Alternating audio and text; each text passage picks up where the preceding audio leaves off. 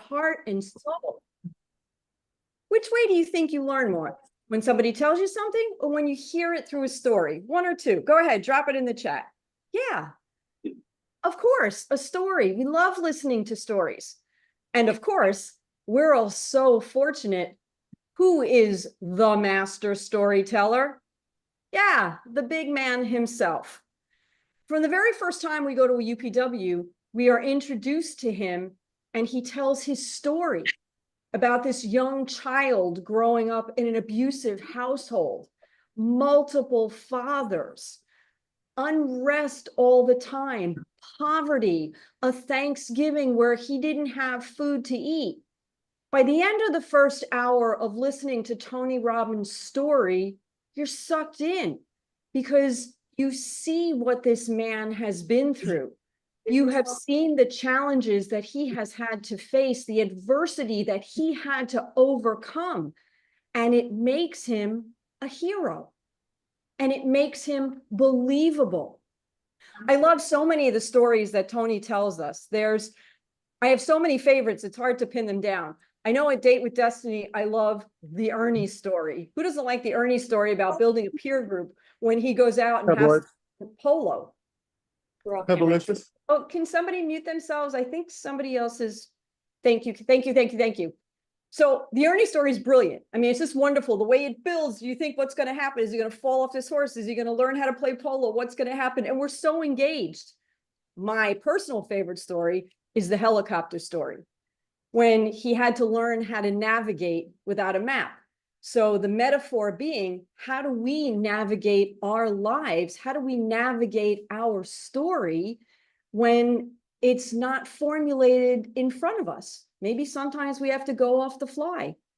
Either way, these stories are just amazing because they hook us in and they help us to learn things. So I'm going to ask Mark to drop in the chat. We're going to go through the 7 steps of storytelling. And I'm going to drop it in the chat, and I'm going to use an example, Mr. Holland's opus. Does everybody remember Mr. Holland's opus? Everybody's seen it. We've all been to Date with Destiny, so we've all heard the story of Mr. Holland's opus. So the first thing about storytelling is the driving force behind the main character's behaviors. And in the story of Mr. Holland's opus, we are introduced to a man and his lifespan of 30 years from 1965 to 1995. And his driving force behind his behavior is the desire to have a life of wealth and accomplishment through the composition of his musical masterpiece. He has such a love of composition and music. It is his life's goal and dream to achieve that. And that's what he's looking for. The second component of storytelling is the problem is a need the character is not fulfilling. Yet the character usually focuses in on his or her desire and not their real need. In order to be fulfilled, the character must develop beliefs, values, and understandings that meet that long-term need. So what does he do? Mr. Holland takes a job teaching music at a mediocre school so he can have more time to compose his music. The students are not very adept at this school playing instruments, and they really don't have a knowledge of music. So it's very difficult for him to jump into this because he's met with challenges every single step of the way. He even at one point in time has to form a marching band so that the athletic department draws more people into the athletic events. So he has to develop a marching band. These people not only can't play instruments, they can't even walk in step. So he's met with another challenge of doing something he doesn't really want to do.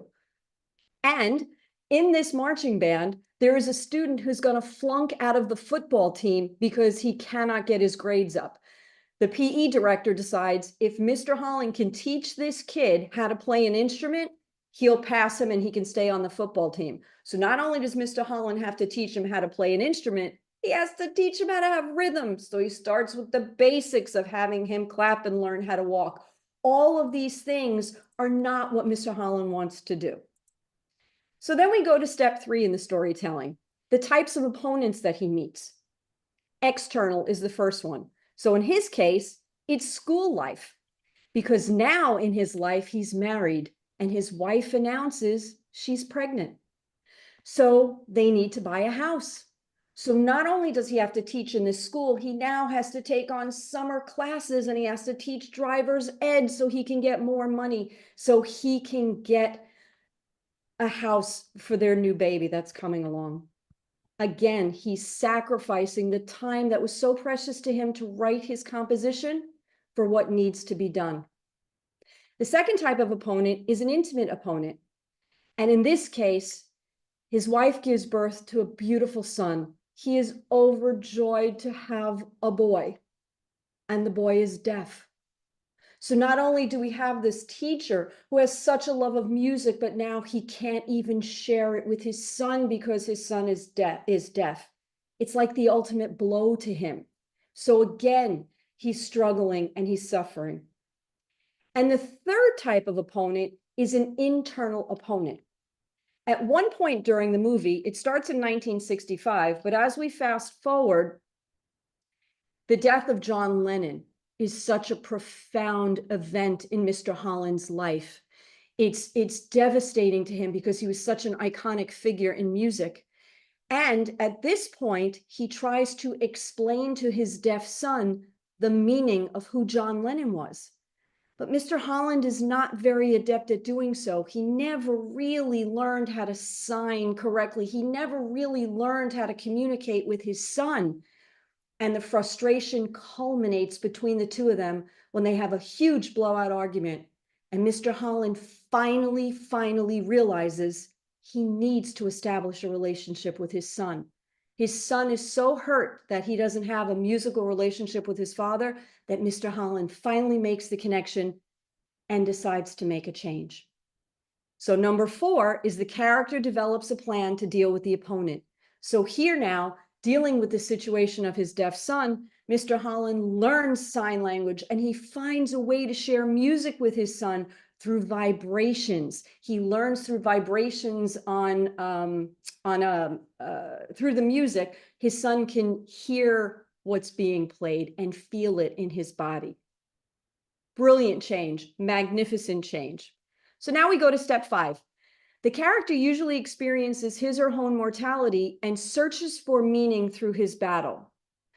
So now Mr. Holland is thriving in school. He's teaching his students. He's helping them to flourish. He's helping them to step into their greatness. And he meets a senior, a young girl who has a magnificent voice. She is just blessed with a beautiful voice, and she loves to sing, and she takes his direction. And he is so attracted to that, her love of music, her passion of wanting to be a singer, that now all of a sudden he's starting to feel alive again and starting to feel a passion, almost to a point where he goes down an inappropriate road. But he catches himself. He catches himself and he finds the strength within him to foster her growth while leaving his desires behind. So he really searches for meaning, and he finds that he can see the passion and live through his students. Huge transformation for him. Step 6, the character experiences self-revelation and fulfillment of his or her desire in his or her need. A self-revelation can be in the form of new beliefs, new values, or new characters. It is a deeper level of courage, faith, determination, and honesty. So he finally realizes how much he truly loves teaching students. He helps them to become the best versions of themselves and helps them to grow into themselves. And he sees no opponent as unworthy. He helps one, he helps all, including the staff. He befriends the staff and helps them on their journeys. His relationship with his wife is better, and he even conducts a piece dedicated to his son for deaf students. Brilliant, makes this radical transformation. And finally, step 7, the character develops a new belief system. new values, a new character trait, his or her life returns to balance. The character's real need is fulfilled. So the final opponent in this hero story is he is into a forced retirement at the age of 60 because the school is getting rid of the music program. There is no funding for it. It's cut. All the arts are cut. And at the age of 60, he finds himself absolutely lost. And on the last day of cleaning out his office, his wife and his son come and get his box, and they're carrying it out of the school when all of a sudden they're startled by noise in the auditorium. And when they go into the auditorium, it is filled with people who jump up and rise to the occasion and start screaming Mr. Holland's name. They are his students, there to pay him homage for all that he had done for them. And it comes to light that at the end of this, they have practiced the musical piece he has spent the last 30 years of his life working on. And one of his favorite students finally gets up and says, "We are here to honor you, Mr. Holland, because we are your symphony. We are the music of your life." Each and every one of us have been touched in such a profound way. You may never not have realized how you have changed each and every one of our lives. And then, of course, there's not a dry eye in the house because he gets to conduct his opus.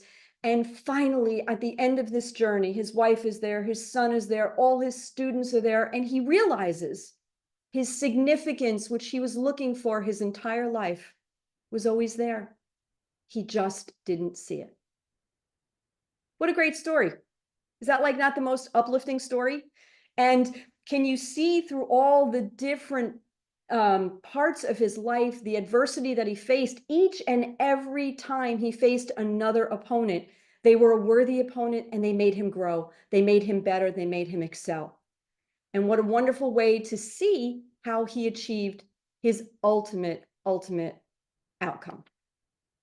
And with that, that's Mr. Holland's opus. We actually have another amazing story today. And what I'd like you to do is, I know Mark put in the chat the 7 elements of the story. Have that handy because now we're going to listen to Mark. And Mark's going to give us a story, which we'll talk about a little bit afterwards and see if you can identify the elements of the story after he shared his experience with us. So take it away, Mark. Hello, hello, hello. So my story is a little bit about how this can play out in real life and how a lot of times we don't even know that the story is playing out in real life because we get so caught in it. And so I don't know if any of you were at either of the events, leadership or RPM in person. Raise your hands if you were either of those in person. Well, after the RPM event, there was this little thing called the Delta debacle, and they canceled like 5,000 flights. And so we were heading to the airport that morning, thinking, seeing on the application that our flight happened to not be canceled, and keeping our moods positive to the best of our ability. We get to the airport and we're obviously feeling very burnt because we had done both events, so 16 hours a day for basically 2 weeks. And we get to the airport and it looks fine. So we're checked in and we're okay. Except as the time progresses, we start seeing tick, tick, tick, everything starts to change. 20 minutes, 40 minutes, an hour, 2 hours, the people start lining up at the gate. And we're like, okay, what's really going on here? Because, obviously they haven't told us that this is going to be canceled. And as you can imagine, the people around us, ourselves, we're all starting to get a little bit stressed. What are we going to do with our connector flight? Some of my friends were actually very stressed because they had appointments and things that they were going to miss the next day because their flights were actually canceled. And so all of this kind of culminated as we look out the window and we see bags coming off the plane. I don't know if any of you guys have had this experience, but when you see your bags coming off the plane before you get on it, it's not a good thing. All right. So we go up and we finally find out that apparently our flight has all of the crew, but no pilot. So we're getting canceled at this point. And all we can do is keep our state and try to have fun with it to the best of our ability, but it's not easy at that moment in time. So time keeps ticking by and a pilot comes by. And Judith looks at the pilot and says, "This is our pilot right here." And we're both laughing. We both start laughing. And it wasn't our pilot. Both of us knew that. But somehow, some way, in that moment, I yelled out to the entire gate of people, "Our pilot's here. Everybody give it up for our pilot." Everybody burst into the like a cheer. And the guy standing there dumbfounded. But that moment was a cause set in motion for everyone. The lady at the gate came over to the guy thinking maybe it was the pilot. One of the people that we'd been talking to came over thinking that maybe it was the pilot. And he's saying, "No, it's not me. I'm not the pilot." But in that moment, something changed. This whole Delta crew and everybody at Delta at that time, they'd canceled 5,000 flights in the last 48 hours prior to that. They were defeated.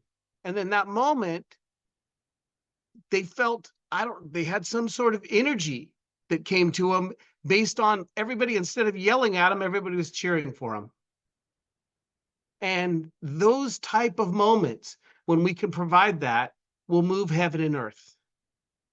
And it did move heaven and earth, because almost every other flight for that day was canceled, but somehow he became our pilot. He became our pilot and we got home.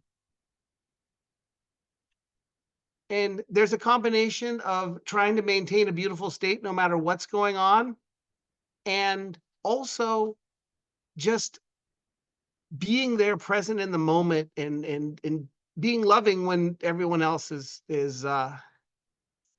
stressed and fearful.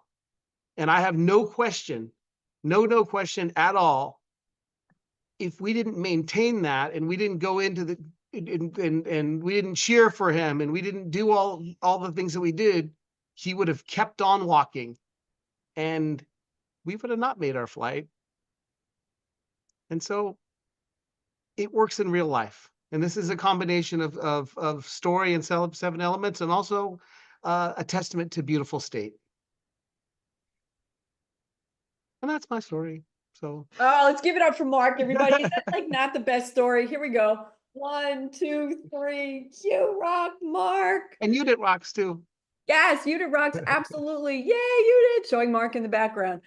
Okay, so as we talk about state story strategy, what's the most important thing that you heard through Mark's story? What was the most important thing? Go ahead, drop it in the chat. State. Absolutely, because he was able to maintain this amazing state. He was positive they were going to get home. He was certain that he was going to raise the energy of the group of people in the boarding area. And I don't know about any of you, if you've ever been in a boarding area of a flight that's like 5 hours delayed, the faces are not exactly smiling. The attitudes are not exactly pleasant. And I was not certain that we were getting home that day, but I was certain that I was going to have fun regardless. And look at the outcome. Somehow they managed to convince this pilot who was going someplace else to fly their plane home. I mean, it's just amazing how it worked. So great story. Let's have some fun with it. Let's see if we can pinpoint. Let's go through the 7 elements and let's see if we can pinpoint where Mark was at each element. So the first element of the story is the desire becomes the driving force behind the main character's activity. So go ahead and drop it in the chat. What was the desire that drove Mark? What was it? To go home. Yeah, beautiful. Absolutely. Mark, was that correct? It was both to go home and to rest. And once I let go of go home and just started resting, then it became more fun. Yeah, we understand the rest part. That was after 2 weeks of Leadership Academy and RPM. Yeah, we get it. Yeah, got that one. Okay, number 2 question. The second element is the problem is a need the character is not fulfilling, yet the character usually focuses on his or her desire and not their real need. In order to be fulfilled, the character must develop beliefs, values, understandings that meet the long-term the need long term. And that is flight delay. Yes. Yes, that Yep. was so my actual need wasn't to get home. It was actually to rest. And once I let go of the desire to be home before I rested, it started to get better at that moment. Beautiful. You guys are awesome. You got this down. This is super fun. Okay, 3 types of opponents. So what was the external opponent?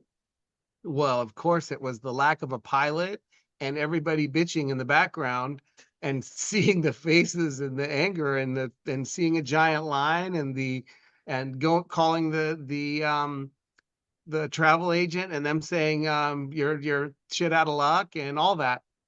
Those are the technical terms, by the way. And Yes. Mark, just And so the you know, baggage coming the other direction was also one. and just so you know, Mark, the answers are flying by in the chat. Everybody's right on the money. So the second type of opponent is an intimate opponent. What was the intimate opponent in this?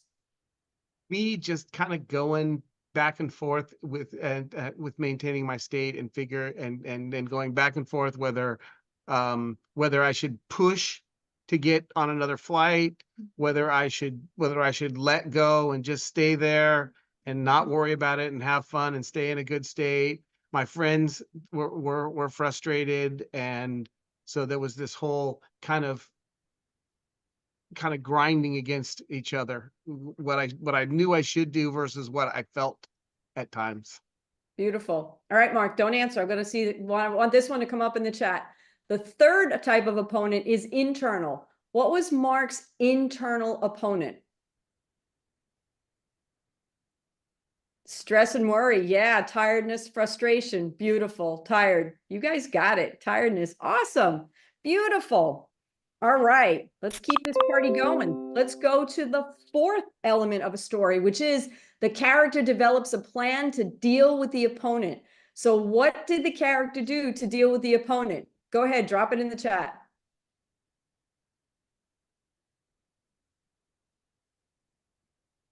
We have change the state, have fun. Yes. Make a random pilot the pilot. Yep. Celebrate, have fun, made it fun, change the state and got a new captain. Is that right on the money, Mark? That's spot on. Awesome. Fabulous. You know, Mark, it was actually a good thing that you didn't ask the person from the Dunkin' Donuts stand to fly the plane, that you actually got a pilot who could fly the plane. That was key. Yeah. Very good. Very good. You got to give it up for Unit for that, even noticing a pilot going by himself. Well done. Eagle eyes. Okay, number 6. So, I'm sorry. Number 5. The character usually experiences his or her own mortality and searches for meaning through his battle. So, what do we see for number 5? What element? What is that? The character usually experiences his or her own mortality and searches for meaning through his battle. What do you think? Give it a stab. Own belief to get home. Yeah. What else? Letting go. Great one. Condition his state, stay beautiful. Whatever happens will happen. Yep. Change his state. Helping others. Big one. Mark, anything else you want to add to that? You know, for me, it was at one point I thought when those bags came off, I thought, you know what? I just got to let go of when this is going to happen because the bags are coming off. The plane's not going to happen. It's all good. I'm staying in a good state. Maybe I'm going back to Palm Beach to a hotel. Whatever happens, happens. Beautiful. And number 6, the character experiences self-revelation and fulfillment of his or her own desire or need. A self-revelation can be in the form of new beliefs, new values, or new character traits. So what do we think is the element in Mark's story there? Be in a beautiful state no matter what. Love that. Yep. What happens, happens. Life happens for us. Yep. Love that. Have fun. If you stay in a beautiful state, all goes well. Yep. Mark, anything you want to add? Nothing. That's spot on. Beautiful. And number 7, the character develops a new belief system, new values, or new character traits, and his or her life returns to balance. The character's need is fulfilled. What element is that?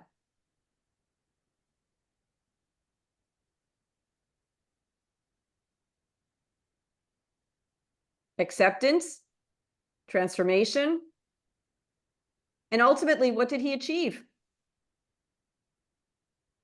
Finding the pilot to fly home. His goal, which was fly home, beautiful, rest now. I got rewarded for doing the right thing. And he also had fun. You know what? There's 2 other things to this. One of the people that was key to convincing the pilot was somebody that was sitting next to us and very frustrated. And Yuta and I talked to her, and she was actually an attendee for the event. And she ended up running over there after we said that and being part of the reason they convinced him to get there. So think of it this way: your state, sometimes something you do over here has a massive impact over there. And it was probably a half hour later, but she jumped up and was all over it. So your state is contagious. Absolutely. I love that. Your state is contagious. That's fabulous. We all know people like that. You ever know somebody who, when they walk in the room, they absolutely suck the air out of the room, and then all of a sudden everybody's energy just comes way down. So if you're in this great state and you're happy and excited and feeling good and positive, it's infectious. It can't help but spread to other people. So give yourselves a great hand. You guys were spot on all the elements. Mark's story was amazing. You guys absolutely rock. Let's hear it for everybody. 1, 2, 3. You all rock. And now we're going to get to have a little more fun. So in a moment, we're going to do a writing exercise. Who loves writing exercises? Yay. All right, we're going to do the story of your life. So Mark's going to go ahead and drop a couple of questions in the chat. You're going to have a few minutes to sit and write this down. And basically, you're going to answer these questions. What was the story of your life? What was the story of your life? Maybe there was something that was playing over and over and over again that you decided to change. So what was the story of your life? The second question is, what will your new story be? How will you enhance and expand it? Is it a tragedy that now becomes a comedy? Is it a romance or an adventure? Is it an epic, a horror picture, a love story, an action flick? What is your spirit calling you to do? To be, to share, to love, to give, to inspire? And then finally, what are 3 or 4 emotions or power virtues that you will use as fuel to create your new story? What new dominant emotions will transform your life now? So you're going to have about 10 minutes to put your thoughts down on paper, let it flow, have fun with it. You know the drill. We never do anything without being in a what? So we're going to go put on a little music while you write, but let's get the energy up. Let's start cranking. Take out those pencils, crayons, papers, or if you want to type on your computer, get ready. Here we go. That's it. That's it. Raise the energy. 1, 2, 3, and start your exercise.